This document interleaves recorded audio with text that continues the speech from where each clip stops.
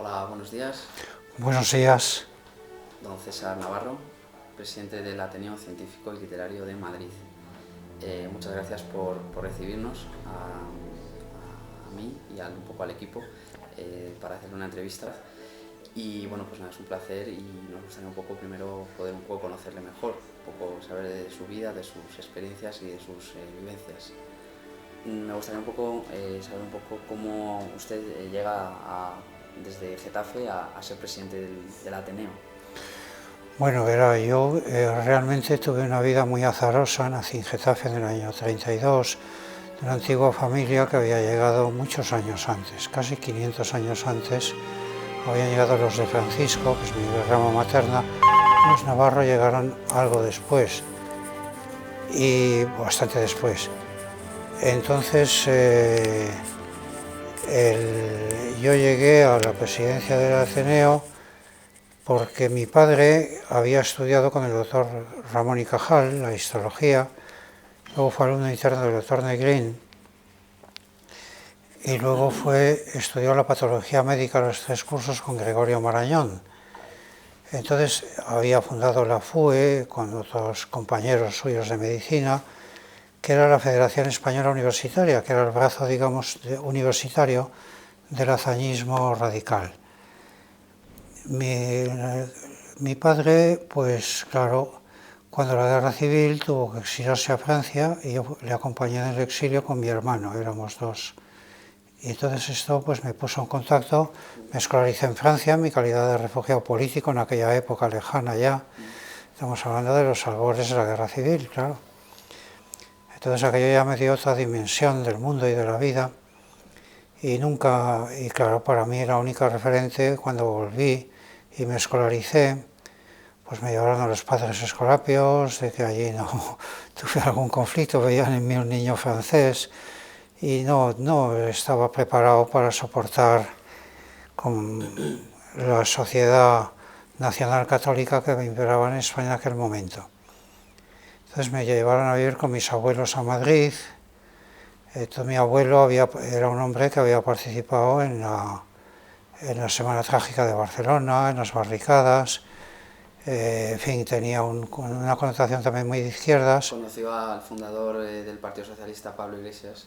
Sí, conocí a Pablo Iglesias y fue quien le recomendó, cuando estaba a punto de emigrar, que en Getafe se había establecido una persona que, claro, en Getafe en el año 11 hubo el primer vuelo que hubo en el mundo, que fue París-Madrid. Pero claro, por las dimensiones de la aviación ni pudo salir de París ni llegar a Madrid, sino que salió de Siles Molino y llegó a Getafe. A través de un alemán que le... Bueno, había un alemán que se llamaba Mengs, que claro, mi abuelo, que estaba en la lista de negra de todas las patronales, estaba ya dispuesto a emigrar cuando en un viaje que hizo a Madrid, pues le dijeron, mira, en Getafe necesita Mengs, que es alemán y que se la trae al fresco las ideas políticas de cualquiera, necesita una persona competente que dirija la fábrica de hélices de aviones. Mi abuelo, que era una persona muy competente en materia de banistería y demás, pues pasó a dirigir la fábrica de hélices de aviones.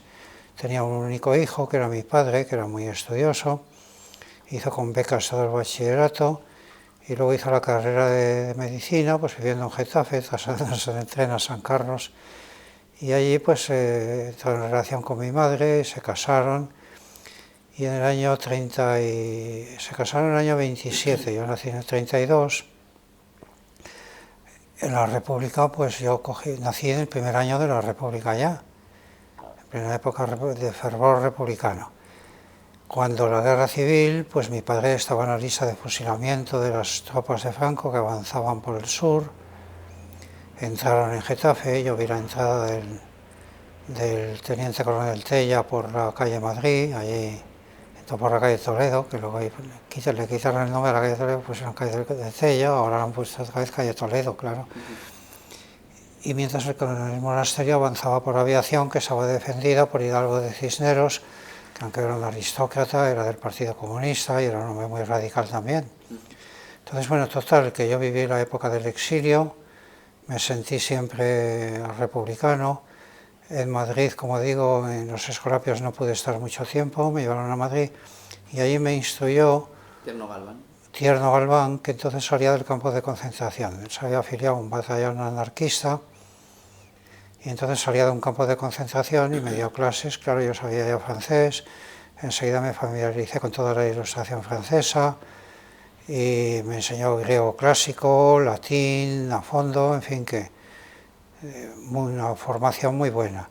Después pude ir a París, me presentaron a Jean-Paul Sartre, hice un seminario, ya había leído ya Lettre de Lenéan, El ser y la nada, hice un seminario con Sartre y luego pues como me sentía muy incómodo en España, nunca me adapté, me estoy muriendo de viejo sin adaptarme del todo ya, pero entonces estaba muy inadaptado, elegí la carrera de marino, hice la carrera de náutica en Barcelona y luego fui oficial de la transatlántica española por donde navegué por el mundo y vi un poco esos caminos del mundo que me dejaron muy marcado. Con este bagaje pues vine al Ateneo, entré como socio hace ya 64 años y esta es la cuarta vez que soy presidente. Contesto a su pregunta con estos.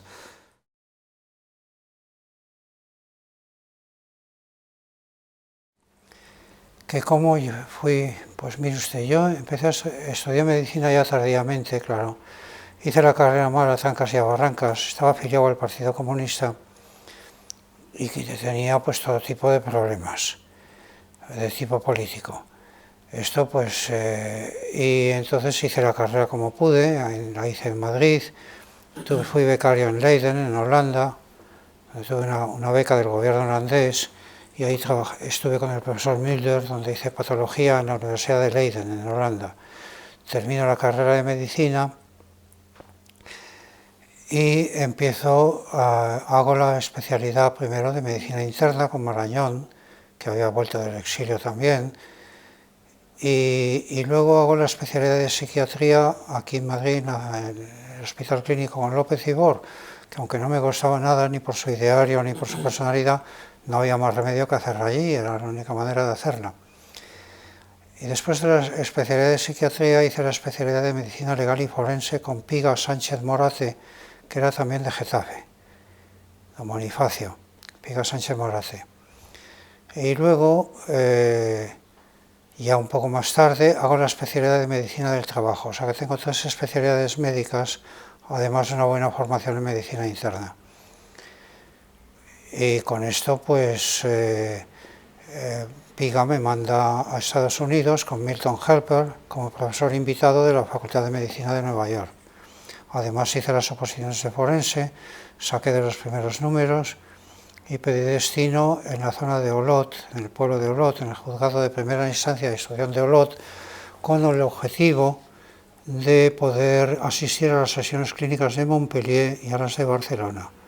¿Y opositó en Nueva York o opositó en...? En Nueva York estuve con el profesor Milton Helper como profesor invitado en la Universidad de Nueva York, en la avenida Segunda, que era el Bellevue Hospital, la avenida Segunda de Nueva York. Vivía en Manhattan, iba todos los días a mis clases allí en el famoso transbordador que costaba un quarter, ida y vuelta, un token, daban unas monedas especiales para el barco. Y ahí cruzando esa bahía de Nueva York, donde estoy aquí retratado por mi mujer en aquella época, pues hacía la travesía todos los días para ir a mis clases y demás. En esto que, bueno, volví aquí cuando terminó el estado de excepción, en el cual estaba yo en busca y captura y me tuve que ir a Nueva York allí. Usted fue me podría decirse un conspirador antifranquista. Creo entender que tenía una Claro, era clave. un conspirador antifranquista, claro, era masón y comunista, no había por dónde cogerme, claro. Imagínense. Entonces, claro, como mi casa estaba quemada, que decíamos entonces, pues yo vivía en el hospital clínico, lo que es ahora Reina Sofía. Las enfermeras me ponían un vendaje de cabeza, me echaban cantidad de mercurio cromo, iba vendado por todas partes. Cuando la policía iba a detenerme, pues no me encontraban y no podían pensar que uno de los heridos más vendados y más graves que había en la sala era yo mismo, que me reía debajo de los vendajes, pero hasta cierto punto. Un día pensé que una enfermera, pues no, que tuviera habilidades franquistas, podía delatarme, me escapé vía Lisboa y llegué a Estados Unidos. Ahí me ayudó mucho la familia de mi mujer, que es filipina también, y allí pues me ayudaron mucho y pude sobrevivir ahí, estuve 2 años allí. Cuando pude regresé aquí y luego fui una segunda vez ya como profesor invitado de la Facultad de Medicina de Nueva York. Ya vi la otra cara de la luna, ya no era descargador de camiones con negros, aunque yo ascendía muy rápidamente. De descargador de camiones pasé a la sección de facturas y precios y hubiera terminado dirigiendo Montgomery Ward, que era un almacén así como el Corte Inglés, una cosa así. Es fácil entonces la movilidad social en Estados Unidos.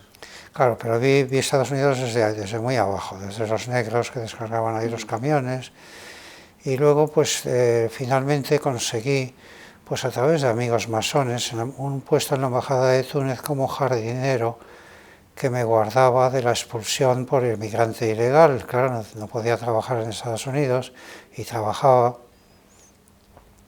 Entonces aquello me daba me pagaba un poco, pero me permitían tener un estatus que dependía del Departamento de Estado y no de la inmigración. Entonces trabajaba los sábados y los domingos haciendo el jardín de la embajada de Túnez, donde el presidente era masón también, era el presidente Bourguiba, y todos había bastantes masones allí.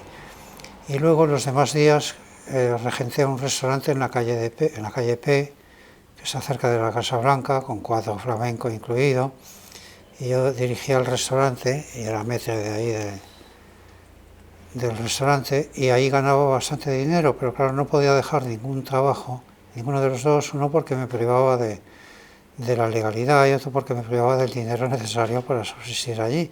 Tuve 2 años trabajando todos los días del año y hice una pequeña fortuna, vamos, no es que gané una fortuna, pero gané bastante dinero, y cuando ya el estado de excepción pudo cesar, volví a España, donde me reintegré a la Facultad de Medicina y donde después de algún tiempo pude volver a Estados Unidos ya como profesor invitado y vi otra sociedad y otro tipo de vida.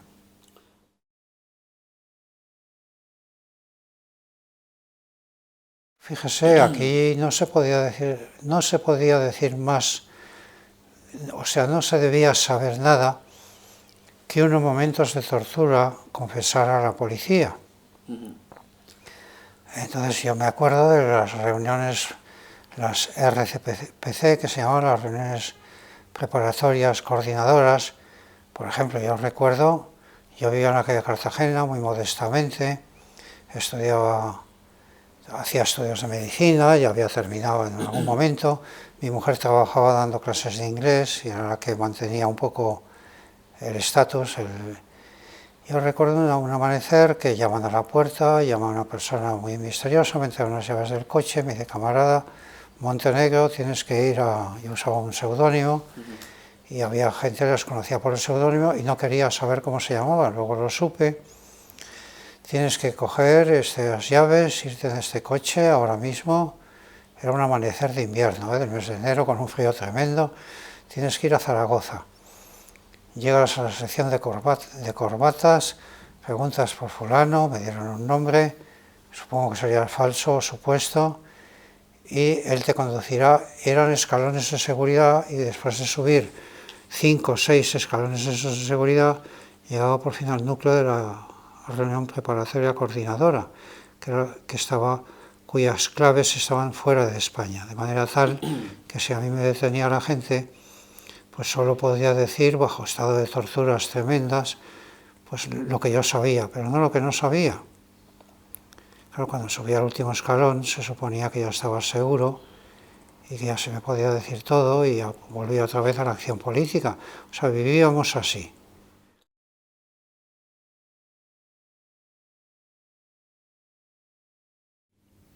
Un personaje, o sea, ¿se podría identificar usted con el personaje Vinareta de la obra de Pío Baroja?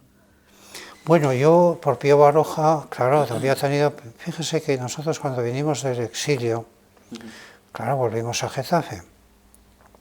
A Marañón, que lo habían traído agentes de Franco, Entonando el mea culpa. Le devolvieron el cigarral, le escribió un artículo no muy honroso que se llama Mea culpa, en la cual, pues, de alguna manera Hablaba, no decía nada que no fuera cierto, pero era muy, muy inoportuno y muy oportunista el momento en que lo decía y cómo lo decía. Total, le devolvieron el cigarral, pero a mi padre le metieron en la cárcel de Navalcarnero. Y cuando llegó el juicio, pues se presentó en el juicio una persona que era de Getafe y se llamaba Emilio Serrano, que es una familia muy conocida en Getafe. Esta gente, mi padre la había tratado de niño, y una vez que había en esas revueltas que precedieron a la guerra civil, pues porque Getafe se subleva contra la República. Entonces, y se subleva con armas que habían escondido los padres escolapios.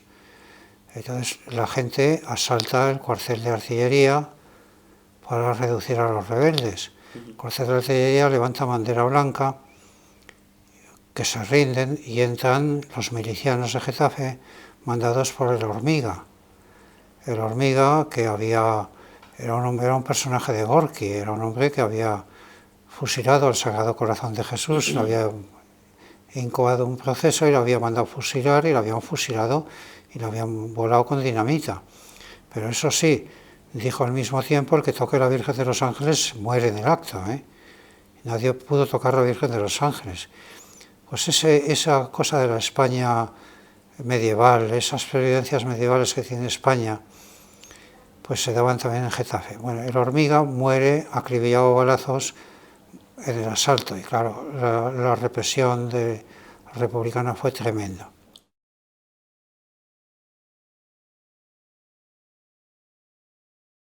Claro, esa fue la tragedia de España, porque el pueblo estaba muy brutalizado. Había un tanto por ciento de analfabetismo tremendo y el pueblo se había radicalizado muchísimo.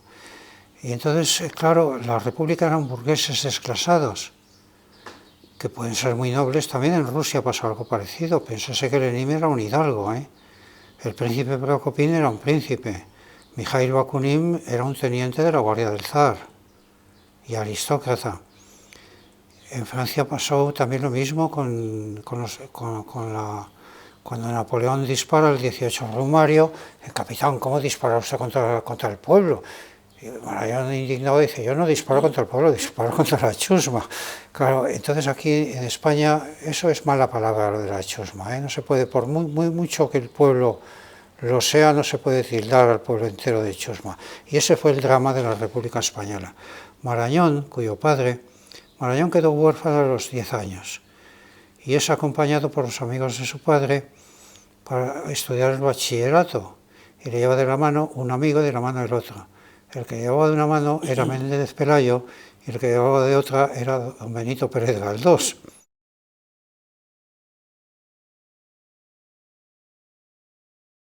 Exactamente, que desconocía al pueblo.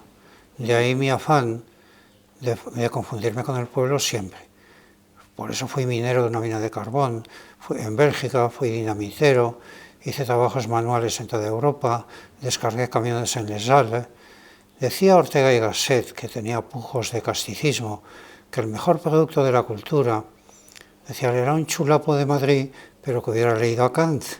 Es que un hombre no es su trabajo, sino y claro, él no dejó de ser un señorito de Madrid, Ortega y Gasset, como lo retrata Gregorio Morán en El maestro en el Erial y demás. Y Marañón pues fue médico de la Casa Real, se casó con Lolita Moya, que era una millonaria hija de don Miguel Moya, que era el Polanco de la época, y toda esta gente eran burgueses, y eran burgueses desclasados, y que se desclasan y crean la República, pero no sabían nada de lo que era el pueblo, ni sabían valorar las virtudes del pueblo, ni se confundieron nunca con el pueblo. Marañón un poco por su condición de médico, pero no lo suficientemente para que renunciara a sus privilegios también de clase.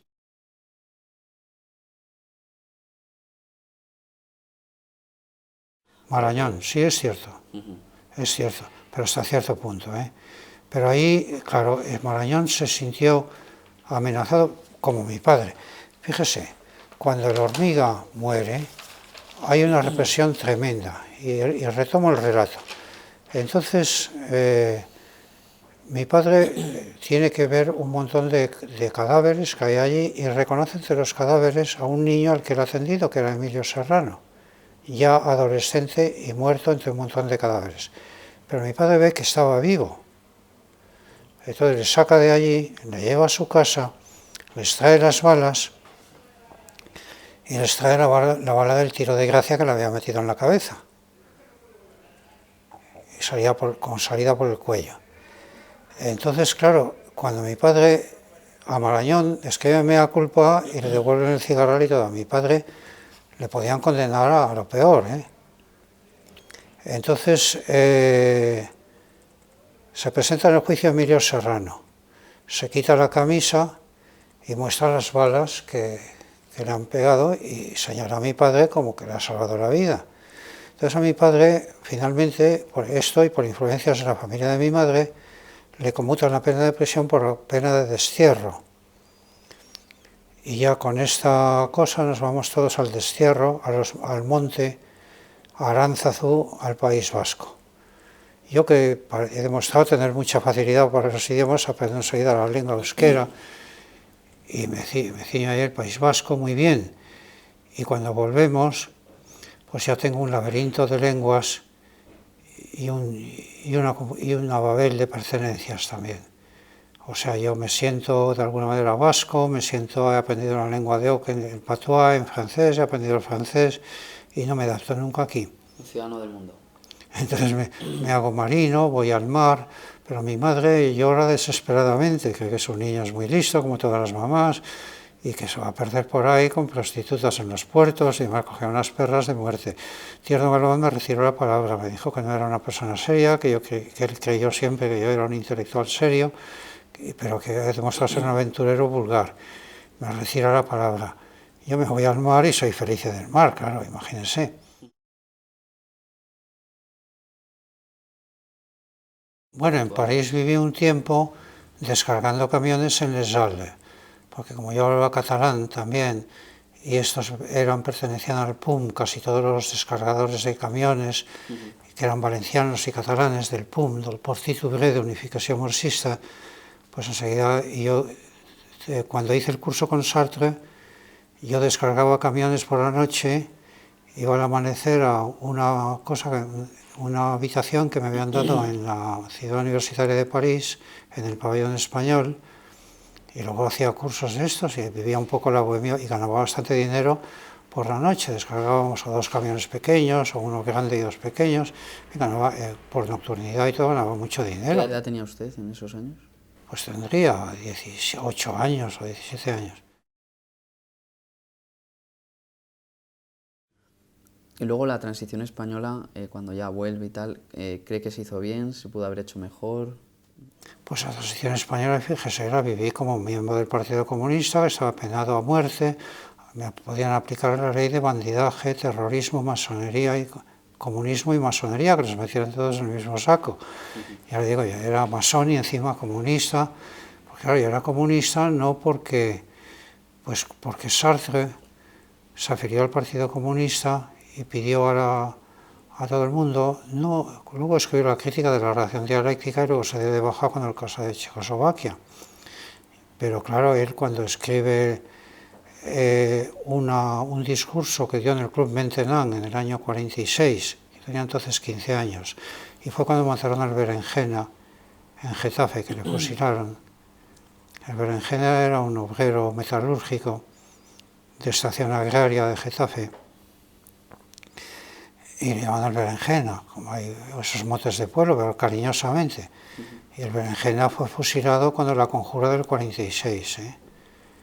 Y yo que vivía aquello, yo estudiaba en Madrid, en el bachillerato, con Tierno, estaba terminando el bachillerato, y fue cuando juré por mi honor y por todo que yo lucharía hasta la muerte contra el régimen de Franco, que no pararía nunca hasta que se muriera Franco. Y así lo hice toda mi vida. Y me afilié al Partido Comunista por un imperativo ético, como luego cuando la operación Descubierta, yo era ya profesor de la Facultad de Medicina de Madrid, de Medicina Legal, y había dicho a los alumnos que toda epistemología era dialéctica, o sea, toda aproximación al conocimiento venía de la dialéctica, de los diálogos de Platón y de la mayéutica de Sócrates, y que yo no era un profesor que pontificaba, sino un coordinador intelectual de la clase. Y cuando dije, señores, tengo el honor de decirles que he pertenecido a la Operación D, que fue eso, que he tenido el honor de pertenecer al Partido Comunista por el imperativo ético de luchar y demás. Cuando el Partido Comunista se legalizó, me di de baja, fue cuando el cisma de Lerchundi, empezaron la politijería, y yo dejé el Partido Comunista y no volví a pertenecer nunca más a ningún partido político. Seguí en la masonería porque era otra cosa, era una filosofía del mundo y de la vida y en alguna forma un camino de perfección que me sirvió a mí para perfeccionar un yo que tenía deficiencias con un superyo más cultivado, ¿no?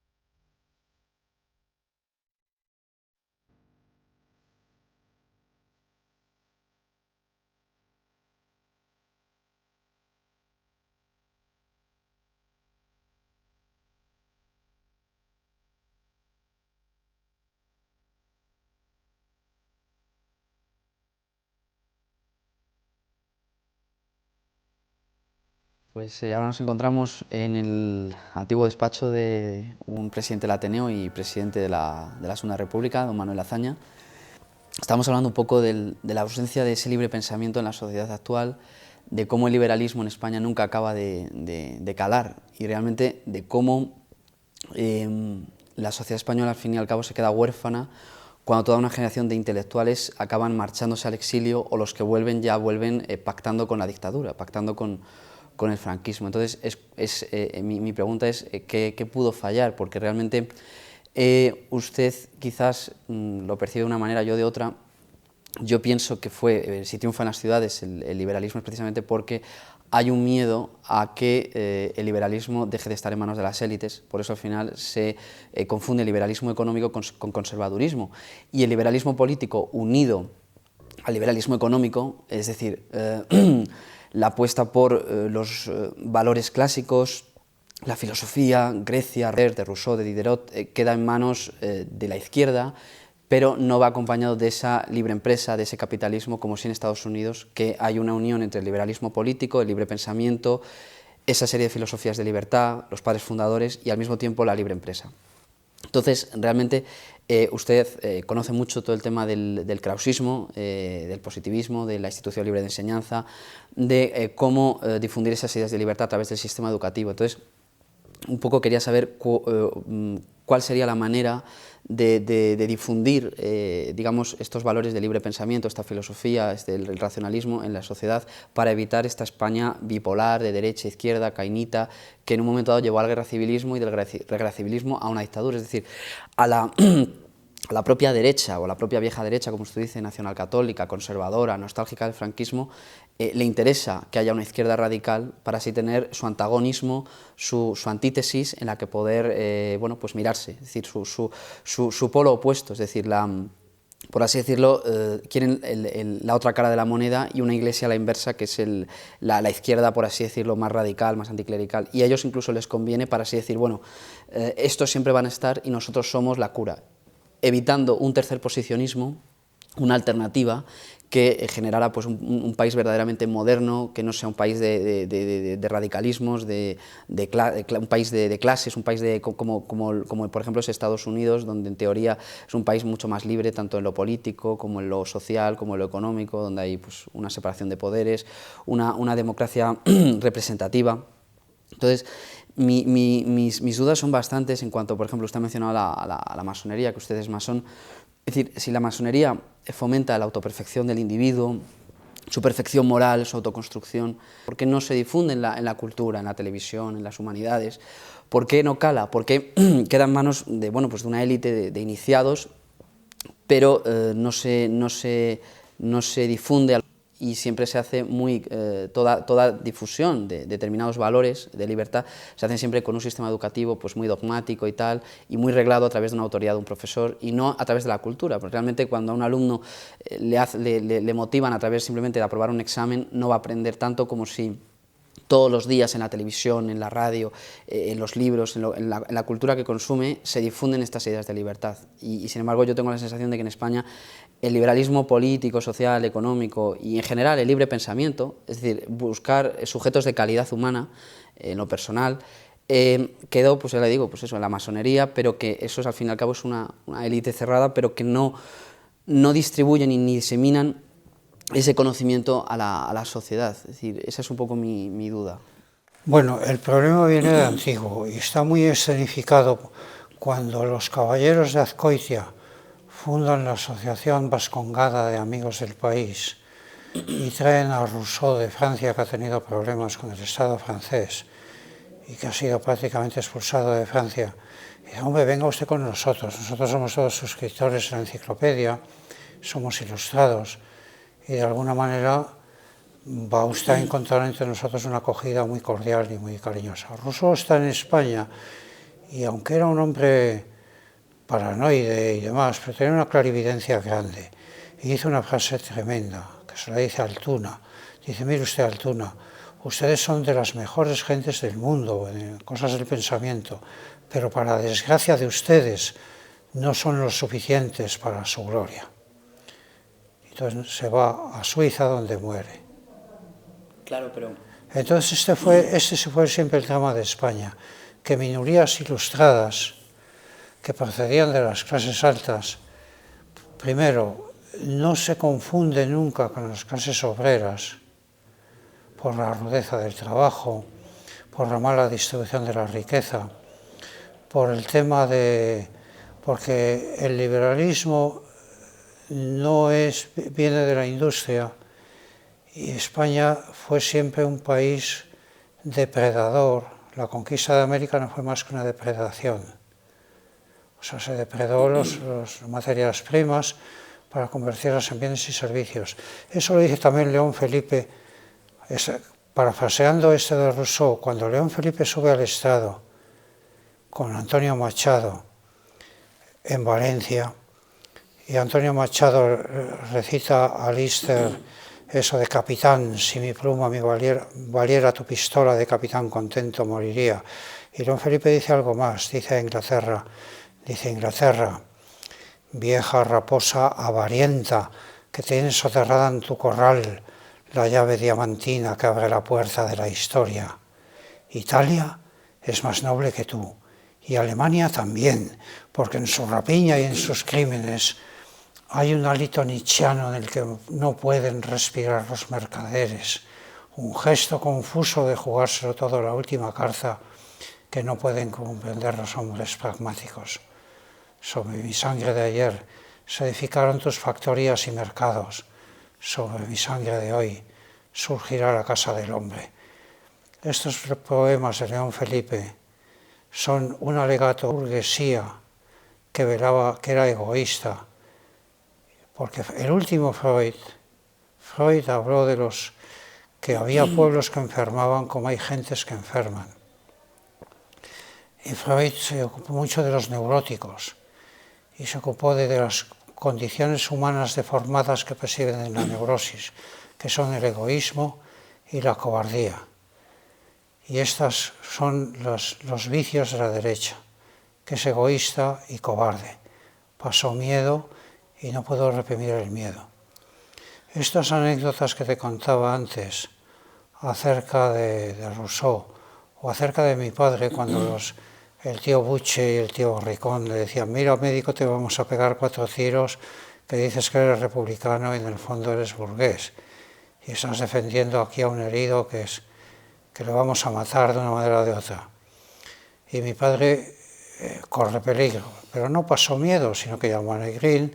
Negrín mandó un destacamento de guardias de asalto y se liberó aquello. Pero eso fue la República pasó miedo.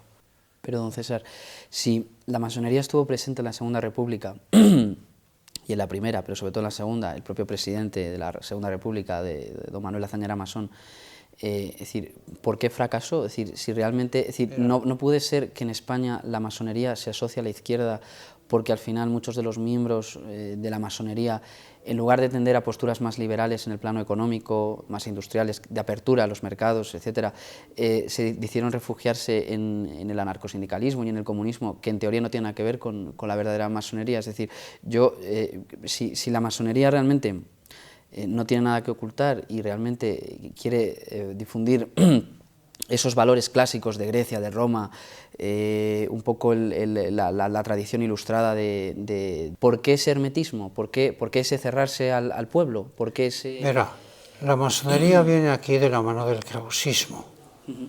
El krausismo fue fundado por Krause, que se llamaba Karl Friedrich Krause, Karl Christian Friedrich Krause.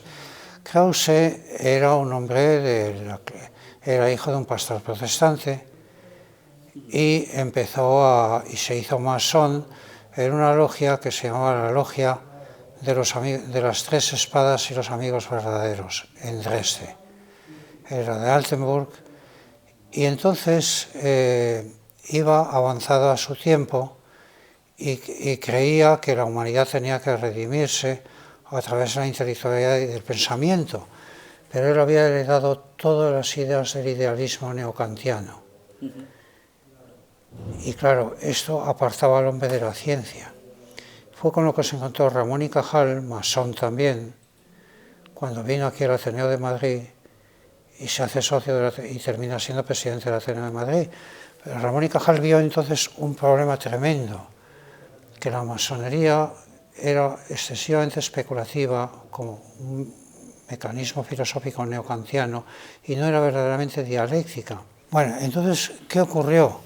Que Krause fue expulsado de la masonería, a pesar de que le defendió Goethe, que era su amigo y mentor. Entonces, y cuando San del Río, que es un profesor de la Universidad Complutense, de la Universidad Central, que se llama de Metafísica y Filosofía, y que procura recibir aquí a Kant, porque Kant se había leído mal y con retraso en España, y le dan una beca de ampliación de estudios, y pide ir a Jena a estudiar las teorías de Krause. Krause lleva 11 años muerto ya, porque Krause muere en 1832, y San del Río llega en 1843 a estudiar las teorías de Krause a Jena. Bueno, en Jena el pueblo se mezclaba con el krausismo. Pues en Jena la gente pues pagaban 3 thalers, que era la moneda de entonces, de la cual sale luego el dólar. 3 thalers, y tenía más gente Krause en sus clases que por ejemplo Hegel, que estaba también en la Universidad de Jena. Bueno, total, que Krause, que tenía ideas que quería la redención de la humanidad, y lo escribió así. ¿Y qué instrumento utilizaría para eso? ¿El Estado o cuál, el sistema educativo? Claro. Bueno, Krause se anticipa, quiere quitar a la masonería de que usted habla, Sí. Y terminó siendo expulsado de la masonería. Cuando San del Río va estudiando, ahí lleva 11 años muerto y murió de inanición y de pobreza. Murió con 52 años con las necesidades perentorias y demás en Múnich. Entonces está resucitando en aquel momento. Quiere decirse que le están revalidando. Y es el único masón del mundo al que le devuelven todos sus grados y dignidades 12 años después de muerto. Y claro, Krause está asistiendo a esta resurrección, San del Río está asistiendo a esta resurrección de Krause. Entonces él traduce el libro El ideal de la humanidad para la vida, y viene aquí San del Río, y llega a la universidad y dice algo insólito que nunca se ha oído en la universidad antes. El señor rector, que era don Pedro Gómez de la Serna, le dice: mire usted, Yo he ganado mi cátedra legalmente y demás, pero he comprendido al estudiar las ideas de Krauss que soy un ignorante y que no puedo explicar lo que no sé. Y entonces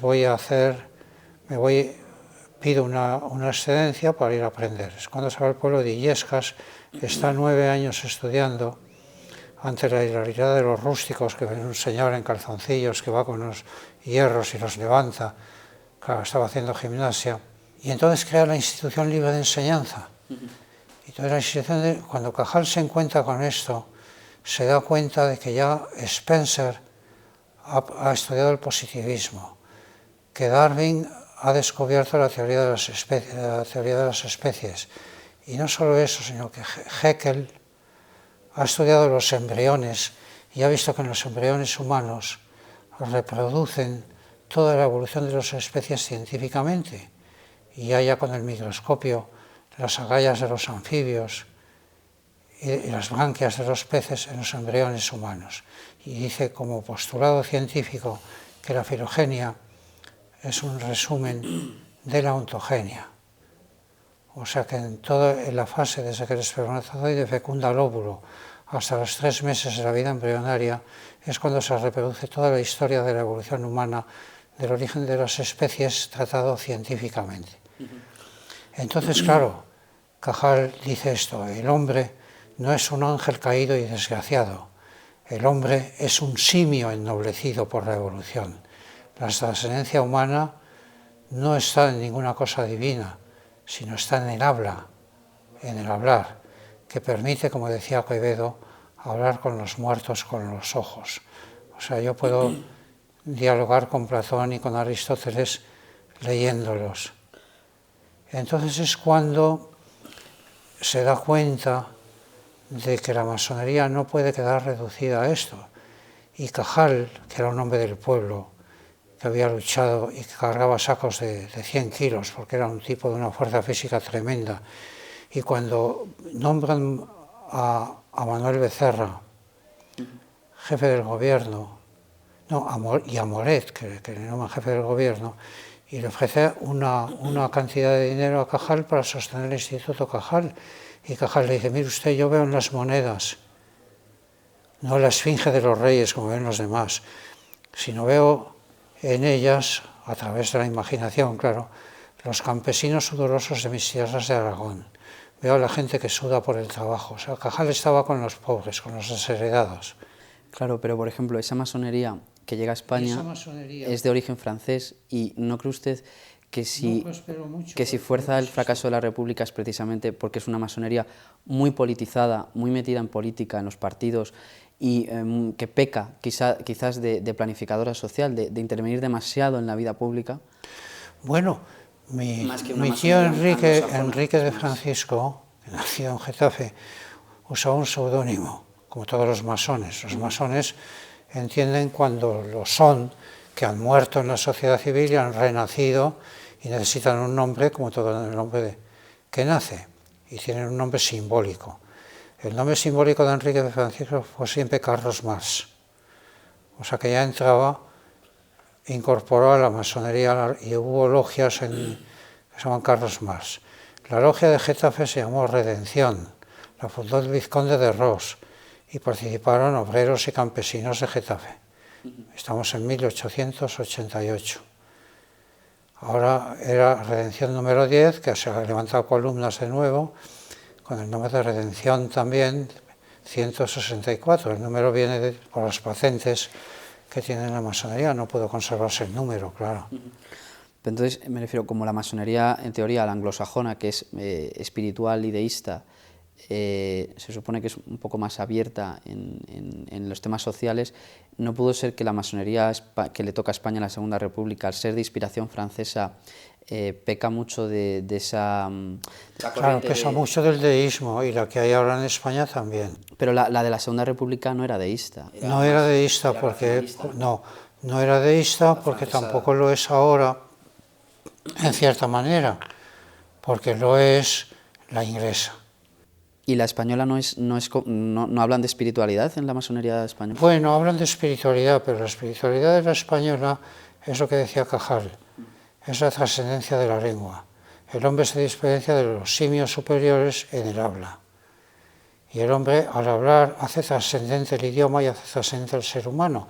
Pero entonces hubo dos tipos de masonería ya en la Revolución Francesa, la de Diderot, que era masón, que era materialista, y la de Voltaire, que a pesar de su fama era religiosa. O sea, Voltaire decía que cuando se encontraba un reloj... ¿No era ateo?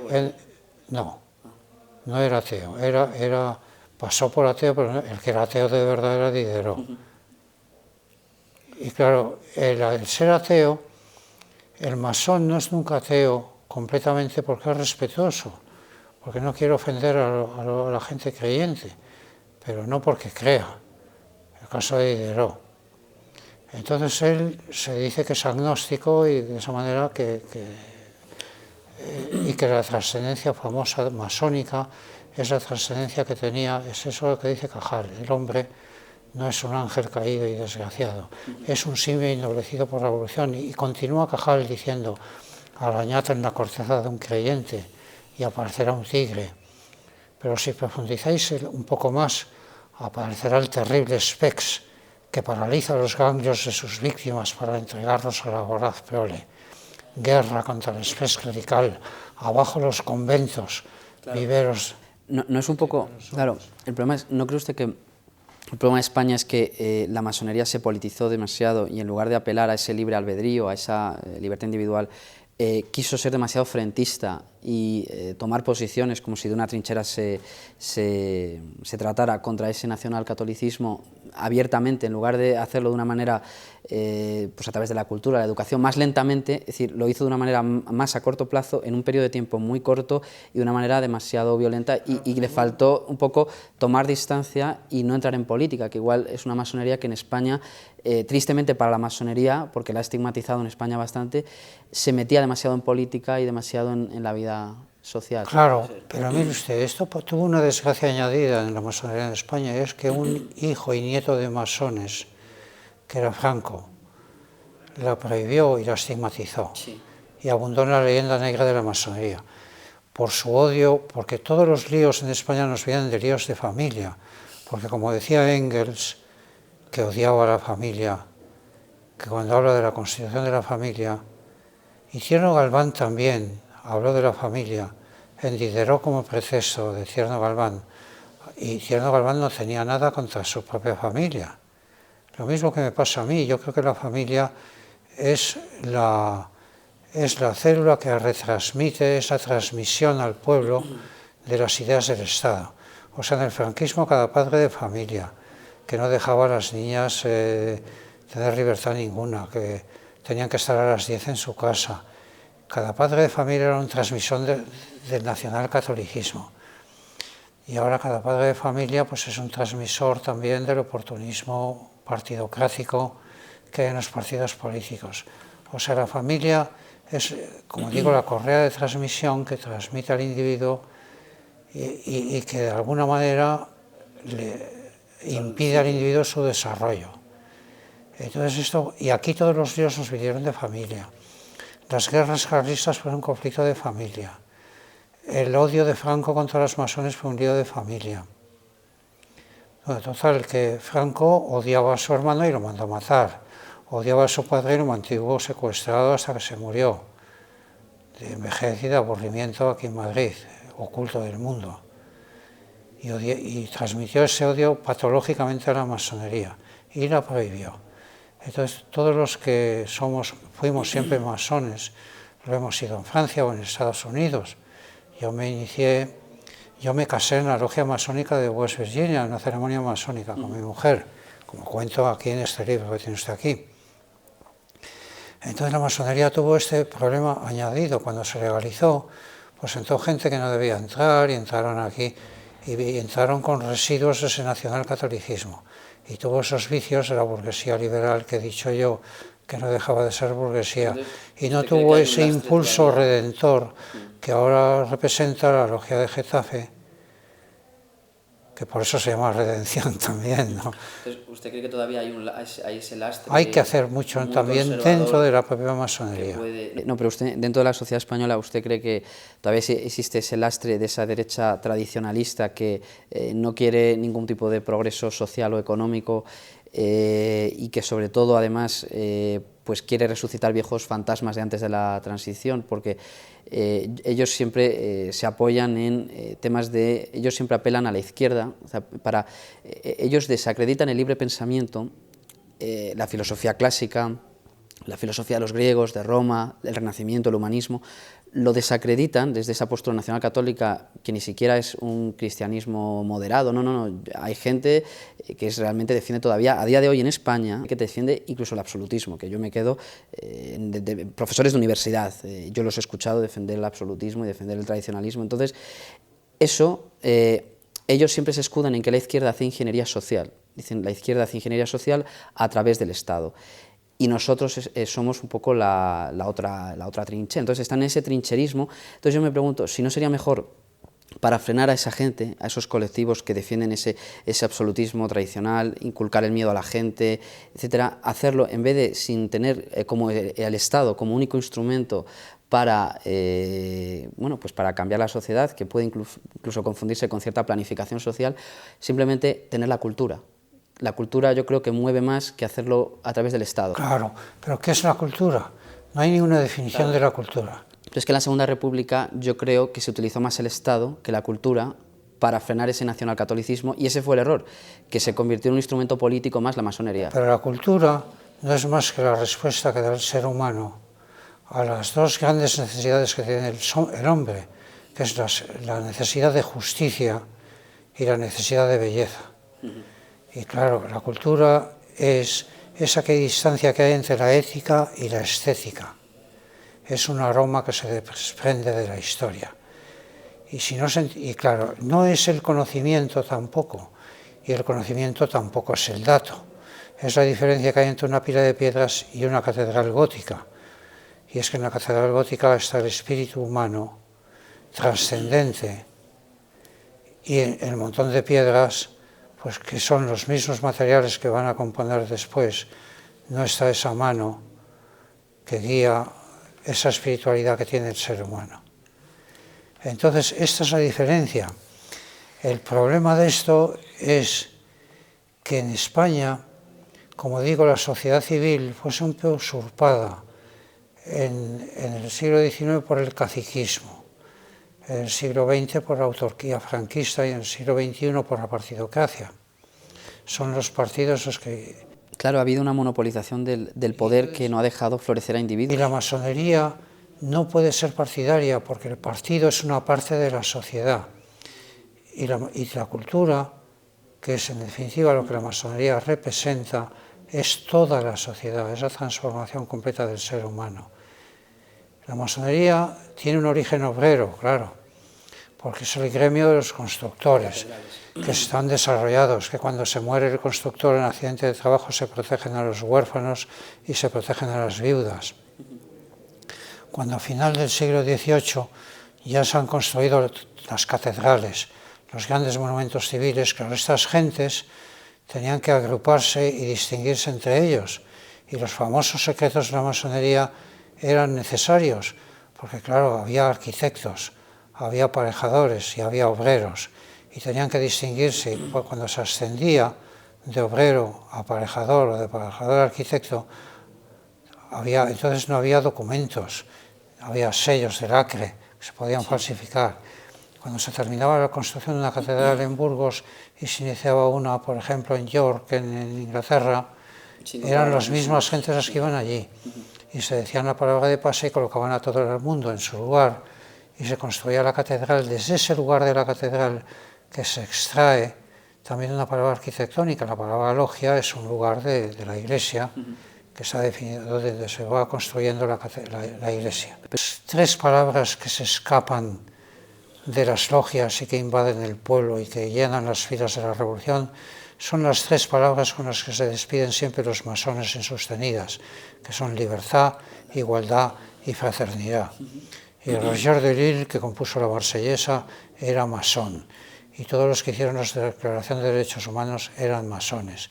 El fundador de la Cruz Roja, George Washington, Napoleón, Julio Verne... Washington era masón, Ramón y Cajal. Y Lafayette era masón y todo esto. Sí. Claro, pero por eso digo, si estas personas que únicamente defienden la libertad individual, la perfección, es decir, a valores liberales, valores de, oye, bástate a ti mismo, sé autónomo, libre albedrío, etcétera, y además que es gente que no se mueve por consignas ideológicas o por dogmatismos religiosos, ¿por qué hoy en día en la sociedad española, lo podemos ver, vamos, está candente, hay una sociedad muy bipolar, hay una extrema izquierda con una gente que ha sustituido la antigua religión católica por esa izquierda, es decir, hay gente que ha salido de la religión, pero la religión no ha sabido de ello, simplemente han sustituido la antigua religión del catolicismo que monopolizaba el Estado por la religión colectivista de izquierdas.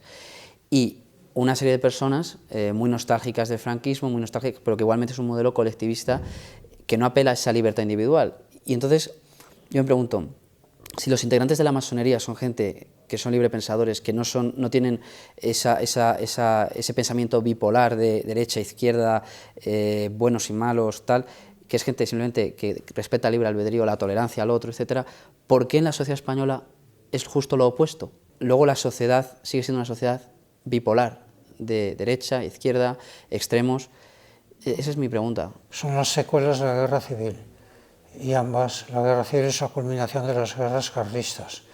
Y las guerras carlistas es la demagogia de una familia que se peleaba y que no se apoyó en España y crearon las dos Españas. Sí, bueno, pero me refiero que la política hoy en día divide a la gente, no solo en España, en muchos países. Los partidos políticos lo que hacen es dividir a la sociedad. Entonces, que igual como sustituto a la derecha conservadora, en vez de fomentarse valores en contraposición para atacarla de una izquierda muy radical, y los que la defienden, el nacionalcatolicismo, se fomentaran los valores de Grecia, de Roma, los valores clásicos. Hay que introducir la mayéutica socrática y la dialéctica platónica. Si es lo que yo decía en clase, yo no soy aquí el catedrático que pontifica, sí, sí. Soy el coordinador intelectual de los conocimientos de la clase. Y ustedes van a aprobar o van a suspender esta asignatura que yo doy aquí, dialécticamente también, porque si vienen ustedes a clase y discuten conmigo y se someten a esa dialéctica, aprobarán, aunque no se sepan bien las clases, si no, no, porque se marginan ustedes, renuncian ustedes a la dialéctica. Y al que viene a clase, pues aprobará porque participa en la clase. Y el que no viene, pues le aplicaré la justicia, le aplicaré, si sabe los temas aprobará y si no, no aprobará. Y esto es lo que debe hacer. Y esto es inaudito también en la universidad, incluso la actual, donde está lleno de caciques y de gente mandona que cree que es un privilegio y que se coloca por encima de los demás. Y no somete sus conocimientos al conocimiento, a la pregunta, a la mayéutica, que es la extracción de la verdad, porque sabe que Sócrates, su madre era comadrona y él extraía la verdad. Como extraía los fetos del vientre materno, y Platón pues lo sometía al diálogo, los diálogos de Platón, la dialéctica, que luego reproduce Hegel, porque toda epistemología es dialéctica, y en eso soy hegeliano al 100%. Claro, pero entonces ya partimos de esa concepción de derecha e izquierda, que al final es lo que hace que las personas no tengan libre pensamiento, ya que se mueven por consignas, se mueven por colectivos... Eso es lo que me hizo decir a mí, que casi me linchan. Pues Domecq tiene la razón, los obreros son más feos y más malos que los burgueses. La diferencia que hay entre el revolucionario como nosotros es que el que está complacido en que esta realidad se dé y vive en ella y de ella es muy distinto al que quiere transformarla, que somos nosotros, y queremos que los obreros hagan gimnasia y tengan cultura y sean más bellos y más guapos, estéticamente y éticamente mucho mejores. Y esa es la diferencia, pero no confundáis esto con la demagogia, porque si no caéis en la demagogia y perpetuáis lo que queréis combatir, es lo que yo les quería decir. Entonces, y yo creo que la masonería tiene que aprender eso también, iba por ahí, y estamos avanzando mucho en ese terreno. Al principio estuvieron a punto de expulsarnos a los masones que veníamos con esas ideas, y en cambio ahora pues no, ya tenemos una fuerza y podemos con el tiempo influir en las masas. Pero tenemos que influir a través de la cultura, porque la universidad se aleja también de la cultura. Es muy dogmática. La universidad es muy dogmática, y además, porque una cosa es, el joven confunde el dato con el conocimiento y cree que lo sabe todo porque le hacen una pregunta, va a internet y la contesta por vía internet, y no comprende que el dato no es el conocimiento. El conocimiento es el dato purificado por el espíritu y que se vive con él. Y que el conocimiento tampoco es la cultura, porque el conocimiento son la serie de habilidades y conocimientos que se requieren para el ejercicio de una profesión, sea la abogacía, sea la ingeniería, sea la arquitectura, mientras que la cultura satisface la sed de belleza y la sed de justicia que tiene el hombre por igual y armónicamente, y es una superestructura del conocimiento. Por eso la universidad se ha decantado, incluso la universidad norteamericana, pero es que la universidad actual yo no creo que fomente el libre pensamiento. Al conocimiento y no a la cultura. Yo creo que también el error es confundir que la universidad tiene el monopolio de difundir la cultura. O sea, la universidad tiene que tener una cantidad de cultura para poder impartir conocimientos. Y el hombre que aspire a la cultura tiene que tener también una cantidad de conocimientos para poder ser culto. Pero no basta conocimiento para ser culto. Los medios de comunicación y entretenimiento no pueden hacer también la cultura entretenida e incluso ser más útil para esa labor de la que usted habla que la universidad, que es algo más rutinario, más mecánico, donde la gente estudia para aprobar un examen y así poder tener un título, y es burocracia permanente. Pero para eso están los ateneos. Para eso están los ateneos. Y el Ateneo trata de satisfacer esta sed de cultura. Y el Ateneo nace de este espíritu y da personajes pues extraordinarios, como era Moret, como ha habido 9 presidentes que han pasado y las 2 repúblicas se dieron aquí en el Ateneo. Y Azaña, desde esta misma mesa física, hizo la Segunda República. La diseñó. Sí, pasó de ser secretario a ser presidente, y de ser presidente a ser presidente de la República. Y se inició en las logias masónicas también, un poco tarde, y no entendió del todo la masonería del todo, también tenía reticencias, la veía clasista y demás, pero se hizo masón al fin y al cabo. Hablando de la Segunda República, y antes que hemos citado a don Antonio García Trevijano, que tiene un libro que se llama Teoría pura de la República, ¿usted vería viable una Tercera República más liberal en España? Es viable y necesaria. Si no, España no será España. España o será plural, y será porque viene el problema de ¿por qué matan a Rizal y le fusilan? Que era el hombre que más defendió a España, que además era hijo de una mujer que era española. Pero si la sociedad actual es mayoritariamente pues progresista y están en contra de la monarquía y por supuesto en contra de los valores tradicionalistas y excesivamente conservadores, ¿por qué al final no se hace un referéndum apelando a esa república que incluso pueda servir para superar los nacionalismos periféricos y centrales? Porque la república tiene que ser federal y por tanto republicana, porque la monarquía va en contra de la historia. Es como curar ahora pues un cáncer de pulmón con hierbas, ¿no? Yendo a un curandero herbolario que da pases mágicos. Eso no puede ser. Sí, es un anacronismo. Estoy de acuerdo en que es un anacronismo que en España todavía se hable de monarquía teniendo la sociedad que tenemos. Es decir, la distancia entre la sociedad y un poco las élites, entre comillas, sobre todo del Estado, se ve en la monarquía, de cómo todavía se sostiene eso por un mero protocolo, pero que realmente no refleja el pensamiento de la sociedad. Entonces hay un gran distanciamiento. Entonces, ese anacronismo, ¿usted ve viable superarlo o ve limitaciones en los nacionalismos? Es decir, ¿cómo sería posible, de alguna manera? ¿O usted pronostica que en un futuro pueda llevarse a cabo? Hicieron 2 repúblicas, pueden hacer una tercera desde los Ateneos.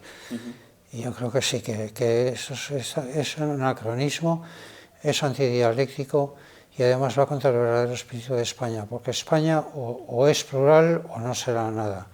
Los pueblos como los hombres nacen, agonizan y mueren. Y la vieja España ha muerto evidentemente, y Azaña ya lo decía.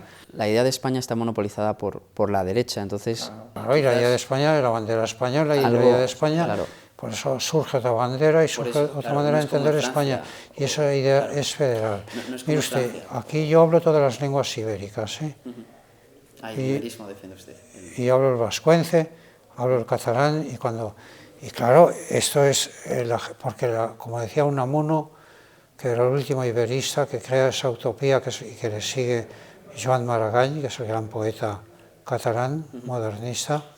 Cuando Unamuno, que es el presidente del Ateneo de Madrid, habla con Joan Maragall, que es el presidente del Ateneo de Barcelona, y escribe la Oda Ibérica, que luego sigue Saramago y otros iberistas que ha habido pues creen que España tiene que ser una república federal e iberista. O sea que estamos bajo el mismo cielo y bajo el mismo suelo. Y solo seremos, y sobre todo que decía Unamuno, que la lengua es la sangre del espíritu. Y entonces, o bien tratamos de aprender o nos aproximamos a las culturas no españolas, el problema es que y aprendemos el catalán y el vascuence y el galaico portugués, o bien no lo respetamos y surgirán esas Españas rotas y esos problemas. En España yo creo que el problema es que el franquismo para su avance en la historia. Es decir, el franquismo es como una especie de punto muerto que detiene ese avance de la historia de la idea de España.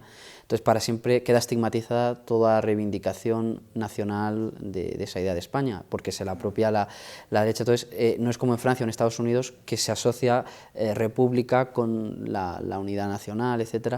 Y aquí república es asociado a extrema izquierda, etcétera, radicalismo, y por eso toda idea nacional que, por ejemplo, defendería un americano se enorgullece de su república, un francés se enorgullece de su república, un suizo se enorgullece de su república, y en España nunca se han enorgullecido por ese lastre. En España no nos podemos enorgullecer. Yo cuando venía aquí ahora tenía una chica que le habían dado una beca de cultura hispánica y empezaba aquí, pues mira, me han puesto, y yo ya un día le dije, mira, esto es mentira, todo lo que te dicen es mentira, eso no es cultura, y ni es hispánica, ni esto es España tampoco, esto es Franquilandia, que es un país siniestro, hecho encima de las ruinas de España. Y algún día pues volverán los obreros, los campesinos, los intelectuales y volverán aquí, a España. Y la verdad es que nosotros no teníamos ningún sentido de pertenencia de ser españoles y nos avergonzábamos de serlo porque nos representaba Franco. Y solo recuperamos a trancas y a barrancas el sentido de pertenencia cuando se murió el sátrapa, pero si no, no lo teníamos nunca. Y claro, y porque además se robó la historia, eso lo decía muy claramente León Felipe cuando va a Colombia y dice en el prólogo de uno de sus poemarios, dice algo tremendo, dice, cuando yo pasé por Medellín, ciudad clara, ubérrima y levítica de Colombia, la prensa reaccionaria, que como en todas partes vive de la calumnia asalariada, dijo que yo era un rojo sacrílego, que había robado los cálices y las joyas de las iglesias de España. Pero lo que yo robé fue algo más sagrado. Lo que robé fue el salmo. Porque los sacerdotes, cuando bendicen el puñal y la pólvora, cuando pactan con Franco, el sape y sí, digo, la Iglesia en España ha sido muy radical. Ha estado en las universidades, ha estado en los centros de educación. Toda la espiritualidad española a través de la religión. Por eso digo que el radicalismo ha generado un radicalismo a la inversa, entonces se han creado dos sociedades radicales. Y eso es un poco, yo creo, lo que ha limitado al propio progreso de España. De lo que se combatía. Claro. En fin, yo creo que aquí es, como dicen el prólogo de este libro, La Hora de la Libertad, sí. No es este, sino el otro, el que es la historia del Ateneo, pues es la hora de los Ateneos. Los Ateneos son necesarios para prestar un instrumento de dialéctica, un pensamiento de pensamiento autónomo que sea dialéctico y mayéutico y extraer de las gentes no solo el pensamiento y no solo la estética, sino también la ética. Su patria el mundo, su dicha la libertad y su religión hacer el bien. Y claro, y esto es lo que en lo que estamos y a lo que vamos. Y la juventud española, que no tiene multiplicadores de opinión, porque no hay gente que dé el ejemplo. Y tomando el ejemplo del oportunista que ocupa un partido político y que sale de la nada, ese tránsito que fue una parte del socialismo, que fue el ascenso de la alcantarilla al poder, que se dio en algún momento, pues fue terrible. ver un señor que es un taxista, pero que se dice ingeniero, que era el señor Roldán, y que le nombran director de la Guardia Civil, y que es un drogadicto que se mezcla con putas de carretera y que hace cosas de estas, era terrible. Ver al gobernador del Banco de España, el que sale del banco, que terminó en la cárcel o procesado por robo, y ver lo que se vio aquí, pues eso es la vergüenza de las vergüenzas. Eso no ha ocurrido ni en México ni en Guinea Ecuatorial siquiera, ¿no? Por poner ejemplos terribles. Entonces eso es lo que hay que evitar a toda costa, que el pensamiento dialéctico evite estas monstruosidades, lo mismo que la buena salud evita la entrada de la enfermedad, claro. Pues la verdad ha sido un placer y un verdadero honor estar hoy aquí en este Palacio de la Sabiduría y de la Cultura, y muchas gracias de verdad por haber aceptado esta entrevista, don César. Muchas gracias.